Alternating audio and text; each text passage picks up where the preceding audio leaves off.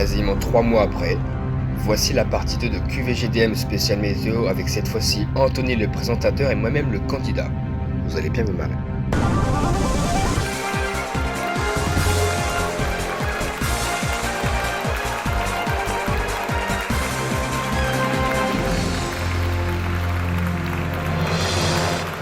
Bonjour à tous, c'est Anthony de Qui veut gagner des millions spécial météo.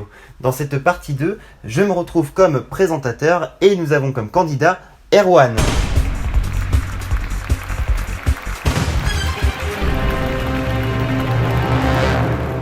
Bonjour Erwan.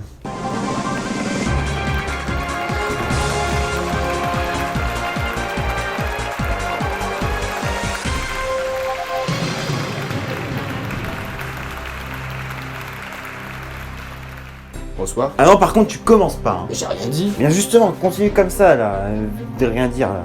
Je rappelle que c'est toi en plus l'humilié de CCM. Bon, vous avez 16 ans, vous habitez à Leuilly et vous êtes un grand passionné d'orage et de météo, comme moi en fait.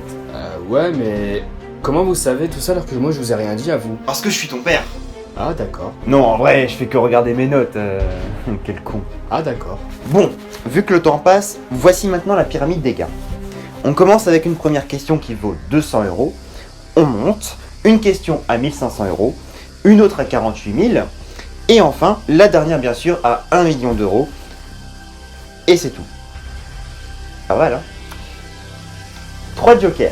Le 50-50, l'appel à un ami, si vous en avez, évidemment, et le vote du public.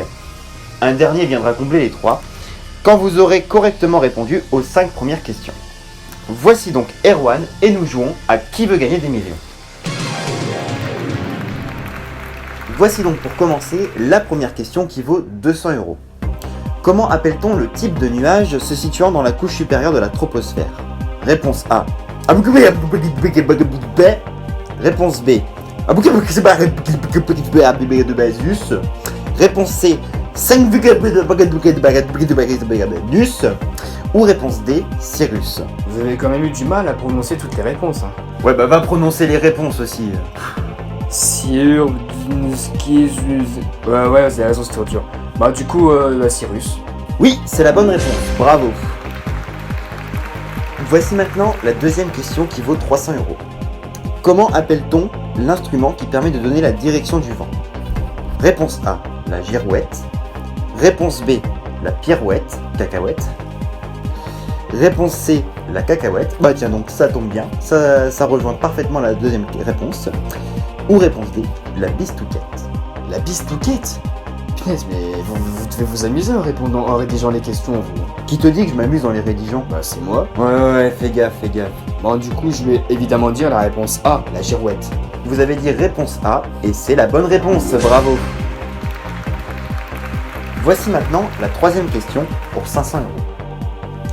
Quelle était la température la plus élevée en 2019 à Amiens-Dury? Réponse A, 596 ABCDEFG, 26, 25, 55 x,5 degrés Celsius, bien évidemment. Réponse B, moins 73,149 degrés Celsius. Réponse C, 15 degrés Celsius, écrit en format lettre, bien sûr, et pas en format numérique. C'est de la merde, le format numérique. Ou réponse D, 41,8. C'est normal que les réponses elles dépassent carrément du cadre? Bah bien sûr que c'est normal. Alors déjà, j'ai jamais vu une température avec des lettres, hein, donc ça me paraît pas être la réponse A. Moins 73,149 degrés, ça me paraît quand même vachement bas. On peut retrouver une température maximale de 2019.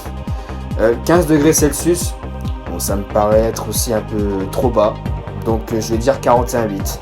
Bravo, belle déduction. Merci. Mais tu sais, pour cette question-là, il n'y avait pas forcément à faire de déduction. Hein. Ouais, mais bon, on n'est jamais trop sûr. Voici maintenant la quatrième question, qui vaut, elle, 800 €. Quel est le site officiel des prévisions météo en France? Réponse A, Météo France. Réponse B, Météo France. Réponse C, Météo France. Ou réponse D, Météo France. Je rêve où vous savez pas écrire Météo France. Non mais t'es con quoi? Bah quoi? C'est une question d'orthographe, espèce de con. Tu m'en avais pas fait toi la dernière fois peut-être? Vous pouvez poster un écrevette et vous l'aurez certainement compris que c'est un jeu d'orthographe. Ah si, vous avez raison. Bah alors Bon, du coup... Bah, forcément, la réponse D. Oui, c'est la réponse D, bonne réponse. Voici maintenant la question 5 pour le premier palier. Elle vaut, bien entendu, 1500 €. Quelle est l'unité courante de la pression atmosphérique? Réponse A, le centipascal. Réponse B, le décapascal. Réponse C, l'hectopascal. Ou réponse D, le kilopascal. Le kilopascal? Vous voulez pas plutôt dire Pascal quand il prend des kilos? Ta gueule avec tes blagues de merde là. Réponds à ma question là, j'ai pas que ça à faire, j'ai à pécho. D'accord. Bah, hectopascal du coup. Le hectopascal, bravo, bonne réponse.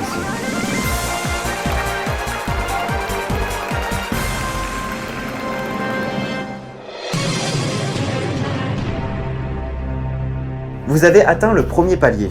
Voici maintenant un joker, la Nintendo Switch. Quoi?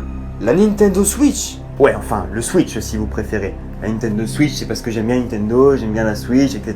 quoi. Enfin, dans tous les cas, ce joker vous permettra de changer de question si vous le souhaitez. Voici maintenant la question 6. Dans quel sens de rotation circulent les vents d'une dépression dans l'hémisphère nord? Réponse A, le sens horaire. Réponse B, le sens anti-horaire. Réponse C, de gauche à droite. Ou réponse D, de droite à gauche. Ah bah là, c'est déjà plus dur. Bon, en même temps, ça va pas être super simple jusqu'à la fin non plus. Hein. Ouais. Déjà, ça peut pas être de droite à gauche ou de gauche à droite, hein, donc j'élimine la réponse C et la réponse D. Sens horaire, il me semble que c'est le sens des aiguilles d'une montre, donc le sens des vents dans un anticyclone justement. Donc pour moi, ça me paraît être la réponse B, le sens anti-horaire. Oh, j'ai dit réponse B! Oh! Il faut valider votre réponse en disant que c'est votre dernier mot. Ah d'accord. Bah, réponse B, c'est mon dernier mot. Belle déduction cette fois-ci. Parce que bon, évidemment, droite à gauche et gauche à droite, c'est pas les bonnes réponses. Et puis l'autre réponse fausse, c'est bien évidemment celle qui désigne les vents qui tournent dans les aiguilles d'une montre, donc ceux d'un anticyclone tout simplement. Donc c'est la bonne réponse, bravo.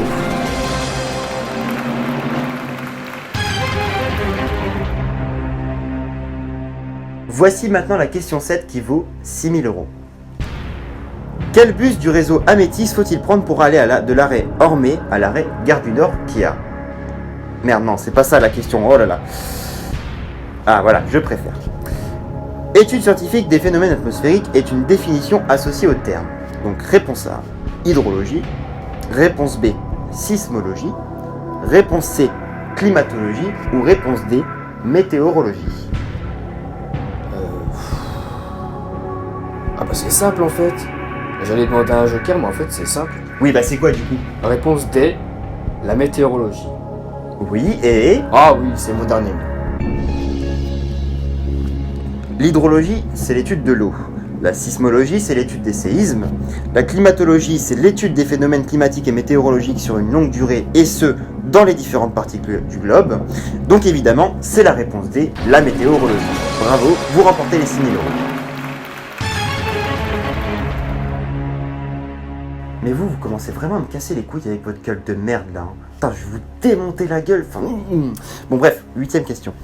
Pour qui vaut donc 12 000 €. En dessous de cette température qui dépend de la pression et l'humidité ambiante, la vapeur d'eau contenue dans l'air se condense sur les surfaces par effet de saturation. C'est la définition de réponse A, de la température ambiante, réponse B, de l'instabilité atmosphérique, réponse C, du point de rosée, ou réponse D, de l'humidité. Bon, j'avoue que là je bloque un peu. Parce que déjà la définition elle fait 30 mètres de long, hein. Et en plus de ça, je vois pas trop à quoi elle est attribuée cette définition. Bah si vous êtes sûr de rien, prenez un joker. Je pense que je vais prendre un joker, ouais. Est-ce que l'enculé de public va savoir ça? Oh, c'est bon là. Bon bah je vais faire l'appel à un copain alors. Ouais, enfin, copain, comme vous y allez, si vous avez des amis, hein. Alors déjà, j'ai des amis, hein. Alors, Ouais, bon, chut, là, c'est bon, on a compris. C'est qui votre ami que vous voulez appeler là? Yas, alias Orage74. Très bien, alors appelons Yacine.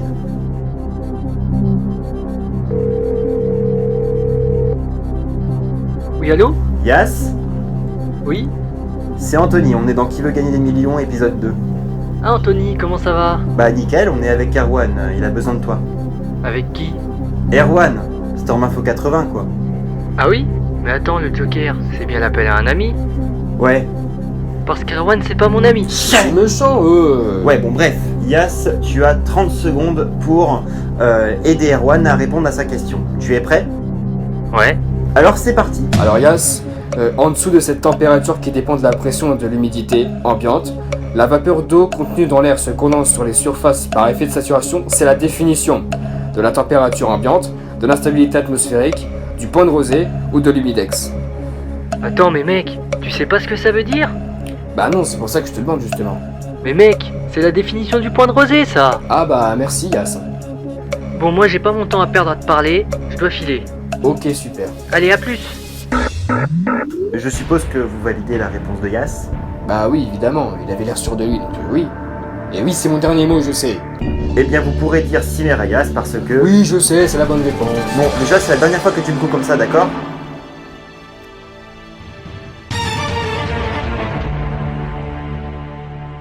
Voici donc maintenant la question 9 qui va valoir 24 000 euros.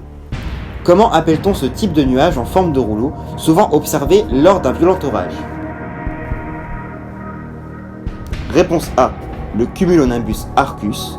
Réponse B, le cumulonimbus calvus.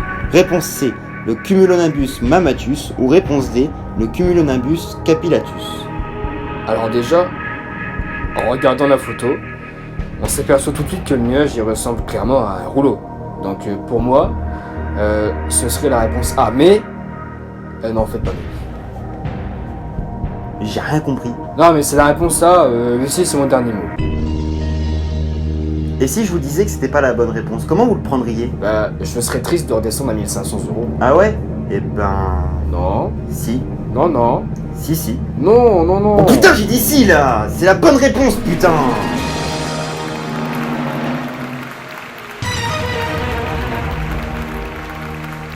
Nous passons désormais à la question 10, qui va valoir 48 000 euros. Traduire le mot drizzle en français. Réponse A, averse. Réponse B, pluie. Réponse C, bruine. Ou réponse D, grésil. Vous voulez savoir? Bah, je suis nul en anglais. D'accord, c'est cool tout ça. Non, en fait, je m'en bats les couilles. Et vous, vous êtes fort en anglais? Qu'est-ce que ça peut te faire que je sois fort ou pas? Non, comme ça. Bah, je pense que je vais prendre le Switch alors. Ouais, alors, qu'est-ce que vous auriez dit? Alors, je sais pas du tout, parce que je suis nul en anglais, mais pour moi, drizzle, ça fait penser à grésil. Ça, il y a comme une petite rime, donc je dirais grésil. Eh bien, c'était bruine. Mais enfin, vous avez bien fait de switcher. Voici donc une nouvelle question. Qu'est-ce qu'un vent de fouet? Réponse A, un vent froid, humide et peu rafaleux. Réponse B, un vent chaud, sec et très rafaleux. Réponse C, un vent froid, sec et très rafaleux. Ou réponse D, un vent chaud, humide et peu rafaleux. Putain, mais je change de question pour avoir limite une question plus dure. Non mais c'est juste que vous êtes nuls, c'est tout, discutez pas. Alors, déjà, si mes souvenirs sont bons, il s'agit d'avant chaud. Donc je vais dire les réponses A et C, mais avant chaud qui serait sec ou très rafaleux, enfin sec et très rafaleux, ou humide et peu rafaleux. Pour moi, dans la logique des choses, avant chaud, comme c'est d'origine chaud, ça serait sec, parce que finalement l'air chaud assèche l'air. Et donc? Bon écoute, je vais pas y aller par quatre chemins, hein, je vais dire réponse B, et c'est mon dernier mot.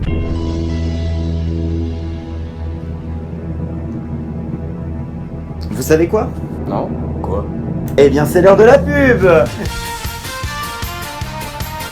Fais chier. Ta gueule!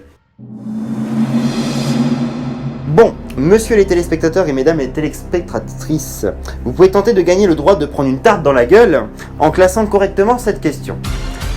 Classez ces ouragans dans l'ordre chronologique. Réponse A, Isaac. Réponse B, Michael. Réponse C, Katrina. Ou réponse D, Irma. Vous classez ces réponses dans le bon ordre et nous vous dirons si vous avez gagné ou pas. Ceci dit, c'est l'heure de la pub, alors je vous laisse visionner la pub. A tout de suite.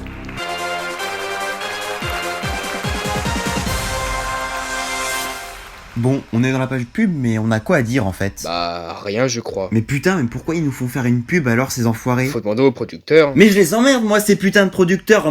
Putain, nique sa mère là avec ce putain de public de merde là. Ouais. Anto, calme-toi. Ouais, ta gueule toi aussi Anto, là. calme-toi. Anto, calme-toi. Hop. C'est quoi ces brels qu'ils ont gueulé là?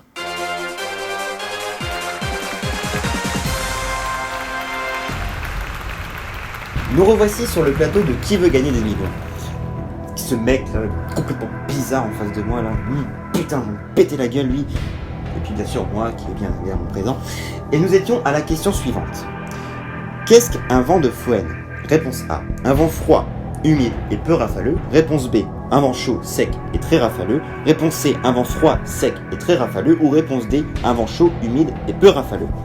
Erwan nous avait répondu la réponse B. Et regardons ensemble s'il s'est gouré ou non. Et malheureusement non, il a gagné. Quoi? Mais vous êtes sérieux, vous? Quoi? Ah non, rien, laissez tomber. Ouais, c'est ça le soumis là.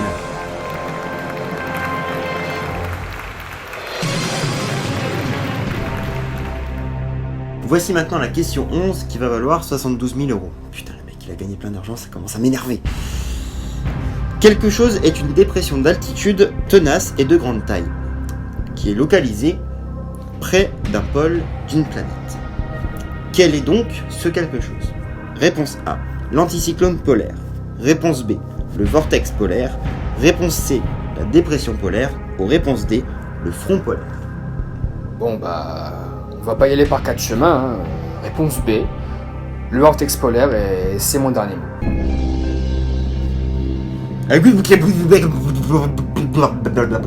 Quoi? Qu'est-ce que vous avez dit là? Désolé, mon cerveau il a malencontreusement bugué. Donc je disais...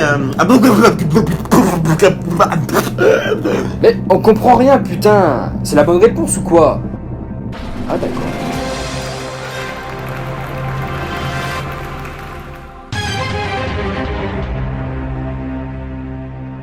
Voici la question 12 qui passe un certain palier puisque c'est la question qui va vous permettre de gagner 100 000 euros. Quel phénomène amène des températures océaniques anormalement froides sur l'est du Pacifique? Réponse A, Aboub. Réponse B, El Niño. Réponse C, Mousson. Ou réponse D, la Niña. J'hésite entre El Niño et la Niña. Je vais prendre le 50-50. Ordinateur, retirez-moi Erwan du plateau. Ah merde, ouais, du coup il va répondre comment à la question? Bah, ordinateur, remettez Erwan sur le plateau. Mais putain, mais j'étais dans le monde des bisounours là, pourquoi tu m'as remis là toi? Faut bien que tu répondes à la question, abruti. Ouais, c'est pas faux. Mais du coup, est-ce que je peux prendre le 50-50 qui me permettrait cette fois-ci de retirer deux putains de mauvaises réponses là? Ordinateur, veuillez retirer non pas le mec qui est en face de moi que j'ai envie de putain là, putain ce mec de merde là, mais retirez-moi les deux putains de réponses mauvaises. Vous êtes content? Pourquoi je serais content? Non mais discute pas et réponds à la question. Et puis en plus, j'hésitais justement entre ces deux réponses là. Ah bah c'est ballot hein. Bon bah, je vais dire au hasard, allez, réponse D et c'est mon dernier mot. Et c'est une mauvaise réponse. Non je déconne, c'est une bonne réponse bien sûr. Oh ouais, vous gagnez les 100 000 trop euros. fort. Putain. Voici la question 13 qui va valoir 150 000 euros. À quel pourcentage environ du réchauffement global constitue le gaz carbonique? Réponse A, 20%. Réponse B, 35%.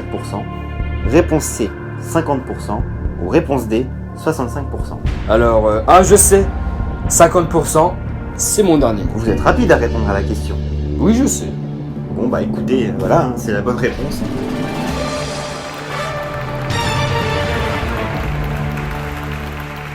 Voici la 14e question qui va vous valoir 300 000 euros. Enfin, pas que vous les devez, mais du coup vous allez les gagner. Même si j'aurais aimé que vous me les donniez, mais bon, c'est ça, c'est pas mon choix. Bref. Qui, à l'âge de 15 ans et en été 2018, a protesté devant le Parlement suédois contre l'inaction face au changement climatique? Réponse A, Svante Thunberg. Réponse B, Malena Ernman. Mais putain, c'est quoi ces noms de merde là? C'est quoi ces blazes là? Réponse C, Greta Thunberg. Ou alors réponse D, Tyler, bah oui, je sais pas parler. Cowen. Alors là, je suis totalement bloqué, je n'en sais rien du tout.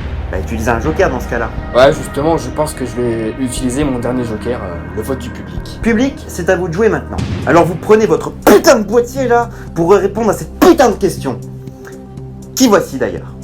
Qui, à l'âge de 15 ans et en été 2018, a protesté devant le Parlement suédois contre l'inaction face au changement climatique? Réponse A, Svante Thunberg. Réponse B, Malena Ernman. Réponse C, Greta Thunberg. Ou réponse D, Tyler Cowen. Maintenant, vous votez putain de public de merde.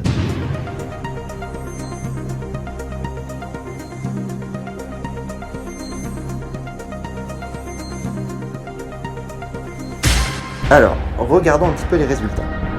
Mais personne n'a voté. Eh enfoiré de public là, votez putain de merde là, c'est pas Versailles, essayez.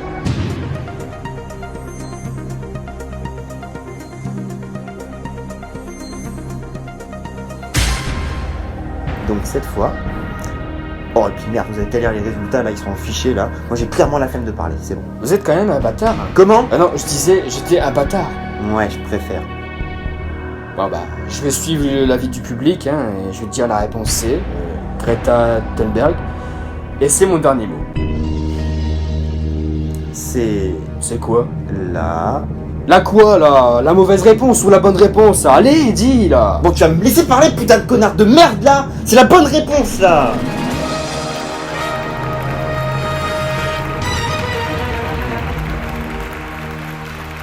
Est-ce que vous vous rendez compte que vous êtes en train d'arriver à la question qui vaut 1 million d'euros? Oui, je sais. Ouais, bah je m'en bats les steaks en fait. Bref. En quelle année se développe l'idée des masses d'air nommées les fonds? Réponse A, 1919. Réponse B, 1916. Réponse C, 1913. Ou réponse D, 1910. Alors, vous savez quoi? Je vais faire le mec, et je vais dire 1916, et c'est mon tout dernier mot. Vous êtes vraiment fou à répondre comme ça à une question qui vaut aussi cher? Ouais, je sais. Ouais bon, je m'en bats les steaks cachés. Bon, du coup, vous avez répondu. Vous ne pouvez pas faire retour en arrière. Donc, c'est... Préparez vos mouchoirs. Oui. Parce que... C'est la mauvaise réponse. Yes, yes, c'est la mauvaise réponse.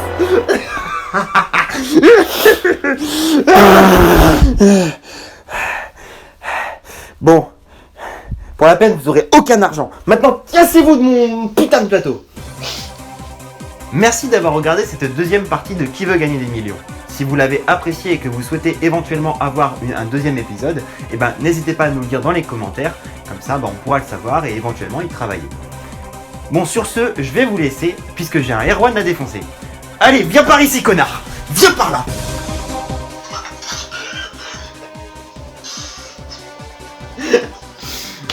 On entend un tout petit peu toi qui essaye de rigoler, mais ça va, vu que c'est un tout petit bruit et la musique elle camouflera, c'est bon. Ouais. Bravo, vous remportez les 6 000 euros.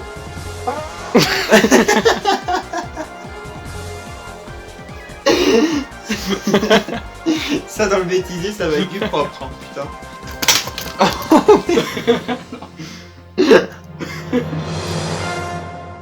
Oh putain, il m'a défoncé l'autre.